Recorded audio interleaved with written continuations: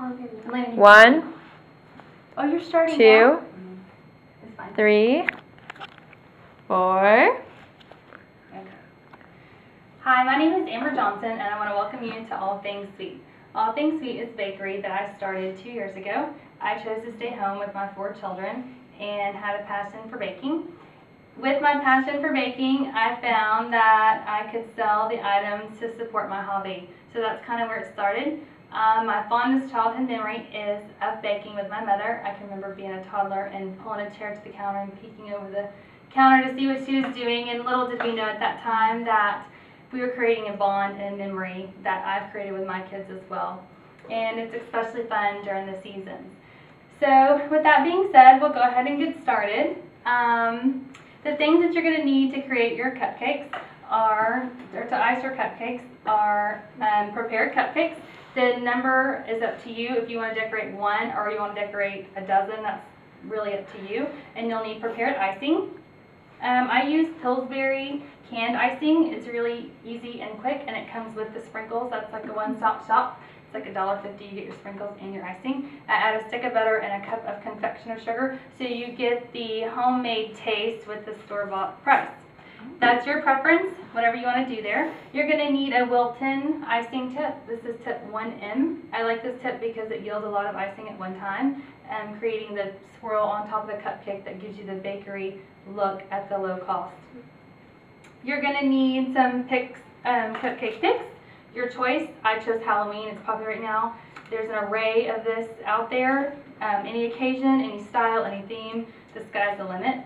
I also have the cupcake stand. That's how I chose to display these cupcakes. You can use stands come plain, like this one here is white, or they come in different themes. Once again, research online. You can find whatever you want. Also, I have here disposable 12-inch decorating bags. These are magic in a box. I prefer these for 2 reasons. 1, easy cleanup. You put your icing tip in the bag, which you'll see in a second, and you ice your cupcakes. When you're finished, you cut your tip out, throw the bag away, and you're done. Number 2 is plumbing issues.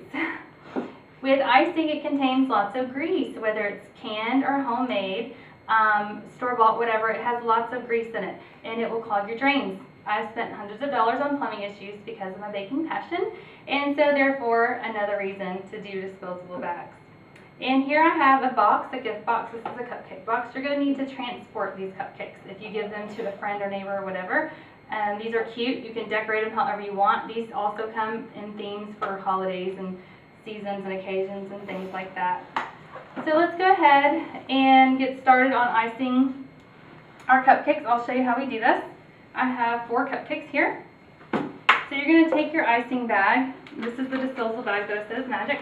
And you have your tip in there. So you're going to fill, once again, like I said, you're going to squeeze your icing down to the bottom of the bag. You're going to twist the top, putting it in the L of your hand.